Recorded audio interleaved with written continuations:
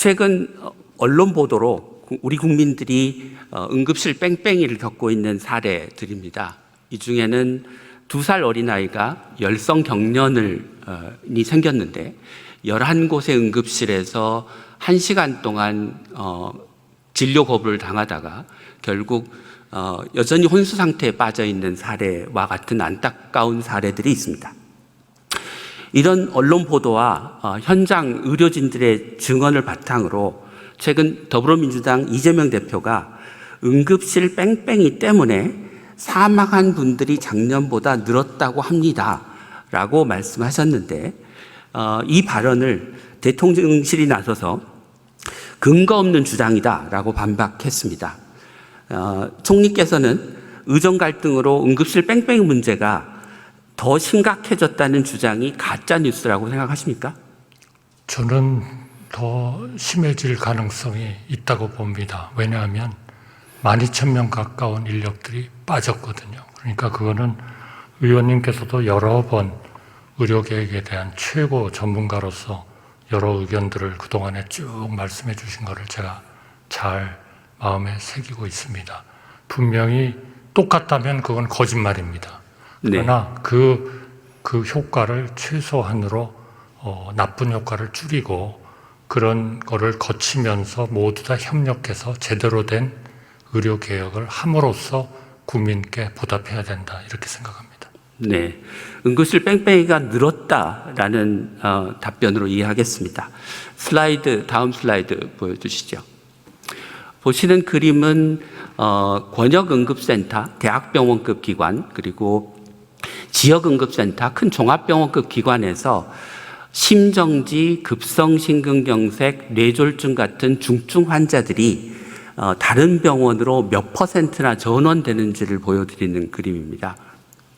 하늘색 막대는 작년 2월부터 7월까지고요. 노란색 막대는 올해 2월부터 7월까지입니다. 보시는 것처럼 대학병원급인 권역응급센터에서 심정지, 급성심근경색, 뇌졸중 같은 중증 응급 환자의 전원이 늘어나고 있습니다. 다시 말씀드리면 중증 응급 환자의 뺑뺑이가 늘어나고 있는 거죠. 예, 다음 슬라이드 보여주시겠습니까? 그렇게 되니 그 다음은 중증 응급 환자의 사망률입니다.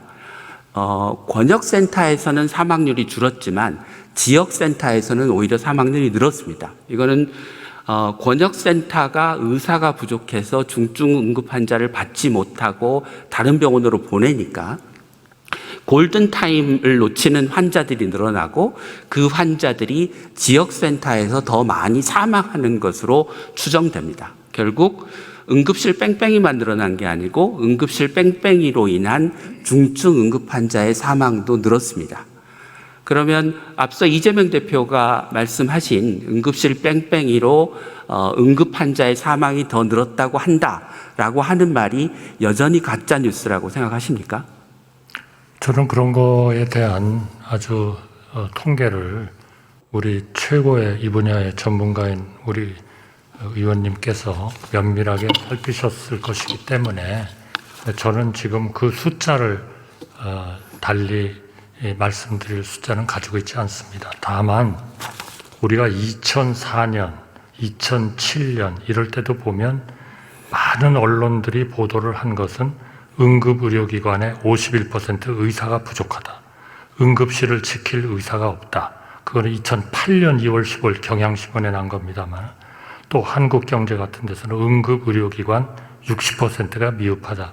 네. 끊임없이 이 미흡하다는 문제가 제기가 돼 있었기 때문에 이 문제가 더 이상 우리나라에 지속 가능한 최고 수준의 의료를 유지할 수 없다. 이렇게 우리 의원님께서도 여러 번 지적을 해주셨고 해서 이 개혁의 안을 고통스럽지만 해야 된다라는 그런 안을 만들었고 또 상당 부분이 우리 의원님께서 지적하신 사항들을 저희가 많이 수용을 했다. 저희는 그렇게 생각하고 믿고 있습니다. 제가 검토를 해본 바에 의하면요. 그러나 물론 그런 과정에 전공이 거의 12,000명 거의 다가 나가버리신 상황이어서 결국 전문의와 PA 간호사들 돌아오신 전공의들 이분들이 정말 정말 헌신적으로 해주시고 계시다고 생각합니다. 네. 그러한 상황을 빨리 좀 네. 종결시켜야 된다 이렇게 네. 생각합니다. 이처럼 지금 응급의료 대란으로 응급 환자들이 제대로 치료를 못 받고 있습니다. 오늘 대국민 담화를 하셨는데 추석 응급의료 대책으로 어떤 것들을 정부가 내놓으셨습니까? 의원님 보시기에는 약간은 좀 그 표준적인 정책이라고 생각합니다. 우선 수요 쪽을 조금 줄여줘야 되겠다. 아무래도 응급실은 특히 상급종합병원의 응급실은 중증, 이런 희위, 이런 연속적으로 치료받는 분들이 가야 되기 때문에 좀 중증과 중증이라기보다는 중간층과 경증은 좀 우리 종합병원이나 이런 쪽으로 좀 가시도록 하기 위해서 이런 수가 같은 것도 좀 조정을 했고요. 뭐 제가 구체적으로 말씀드리진 않겠습니다. 이거는 어떻게 보면 좀 스탠다드한 정책들이기 때문에요. 그 다음에는 이제 공급 능력이, 의료 서비스에 대한 공급 능력이 늘어야 되지 않겠습니까? 그래서 그분들에 대해서 실제로 일하시는 분들, 또 헌신하고 계시는 전문의님들, 간호사님들, 이런 분들을 정말 최대한 좀 저희로서는 따뜻하게 좀 대우해 드릴 수 있는 그런 일들을 하고요.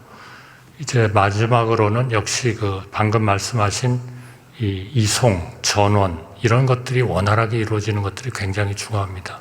그런 거에 비하면 우리의 지금까지의 그런 이송의 원칙, 규칙 이런 것들이 너무 좀 이 경직적으로 이렇게 짜여져 있는 분도 많아서 이번 그 위기 기간 중에는 조금은 좀 유연성을 발휘하면서 네. 우리 환자의 생명에 지장이 없도록 하는 그런 정책들을 네. 준비했습니다.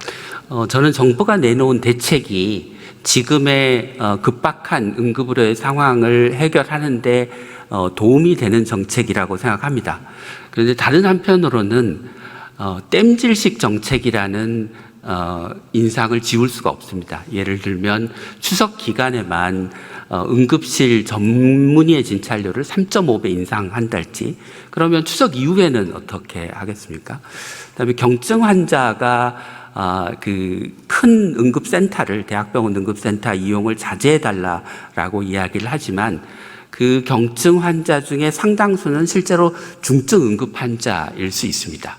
그래서 근본적인 문제는 응급실의 전문의를 늘리는 것과 함께 응급 환자의 수술, 시술, 중환자 진료를 담당할 최종 진료를 담당하는 전문의를 늘리는 것이 과제라고 생각합니다.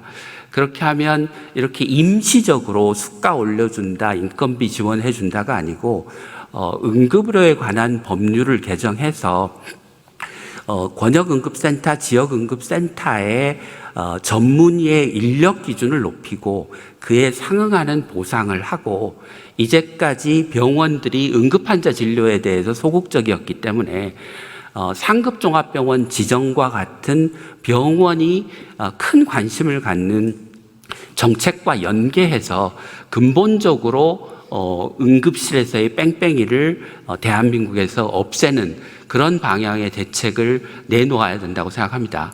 그래서 만약 국회에서 그런 법을 발의한다면 정부가 적극적으로 검토하실 생각이 있으십니까? 저는 의원님의 그 문제 제기와 현상 파악에 대해서 저는 전적으로 공감합니다. 뭐 저희 의원님 보시기에는, 최고 전문가가 보시기에는 조금 더 개선될 점이 있지 않느냐, 이렇게 분명히 생각이 드실 부분들이 있을 겁니다. 그러나 지난 8월 3일 날 1차로 저희가 의료개혁안을 낸 것은 이 모든 문제, 응급실에서 일어나는 문제, 또 배후 치료 이런 능력이 좀 부족한 문제, 또 필수, 또 지역의료 이런 데가 아직도 좀 이런 그 스트레스를 받고 있는 문제, 이런 것들을 근본적으로 해결하는 거는 결국 지금 저희가 얘기하는 한 6개 정도의 키 개혁 과제들이 잘 투자가 되고 성공을 하면, 네, 무슨 말씀인지 그게 알겠습니다만, 근본적으로 해결이 될 것이다. 네. 그러나 그 기간 동안은 저희가 필요한 약간의 좀 임시적인 조치도 같이 할 수밖에 없다. 네. 말씀을 드리겠습니다. 그런 임시적인 조치가 필요하다는 건 앞서 말씀드린 그다음에 대로 제가 답변에 지금 답변을 못 드렸습니다. 네, 그럼 인정합니다만 그런 개혁을 하는 그런 네. 과정에서는 많은 아마 입법들이 필요할 겁니다. 네, 또 시스템을 만들기 위한 입법도 필요할 겁니다. 아마 그런 부분에서 의원님께서 좀 좋은 입법도 내주시고 하면은 적극적으로 저희가 원천적으로 이 모든 문제를 해결하기 위한 방향으로 정책을 추진하겠습니다. 저는 지금 당장 그 법이 필요하다고 생각합니다. 그러니까 장기적으로 이 문제를 내버려 두면 올해 말에 또는 내년 초까지 대한민국의 의료 체계가 응급의료 체계가 버틸 수 있을지 잘 모르겠습니다. 다음 슬라이드 보여주십시오. 이번에는 그 응급의료 말고 비상진료 체계 얘기를 해보겠습니다. 정부는 비상진료 체계가 잘 작동하고 있다고 얘기하시는데요. 거꾸로 중증 환자들은 지금 제대로 진료를 못 받고 있다고 얘기를 합니다. 왼쪽에 보시는 복지부 자료에 따르면 상급 종합병원의 수술이 31%가 줄었습니다. 정부가 뭐라고 얘기하냐면 상급 종합병원은 경증 환자, 중등증 환자를 진료를 줄이고 중증 환자 진료에 집중하고 있다. 이렇게 얘기를 하고 있는데 오른쪽에 보시는 소위 우리나라의 빅5 병원의 암 수술이 하늘색은 작년, 노란색은 올해 얼마나 줄었는지를 보면 30%가 줄었습니다. 그게 무슨 얘기냐면 중증 환자 진료, 경증 환자 진료가 같은 비율로 줄었다는 것을 의미하고 정부가 이야기하는 비상진료 체계가 잘 작동하고 있다. 상급종합병원이 중증 환자 위주로 진료가 전환되고 있다라고 하는 말이 사실이 아니라고 하는 것을 보여주는 통계입니다. 여전히 총리님께서는 현재 비상진료 체계가 잘 작동하고 있고 중증 환자 진료에도 별 문제가 없다고 생각하십니까? 비상진료 체계는 그야말로 비상진료 체계입니다.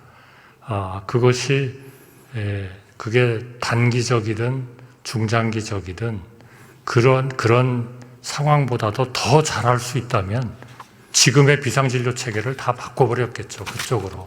그건 현실적으로 아니지 않습니까?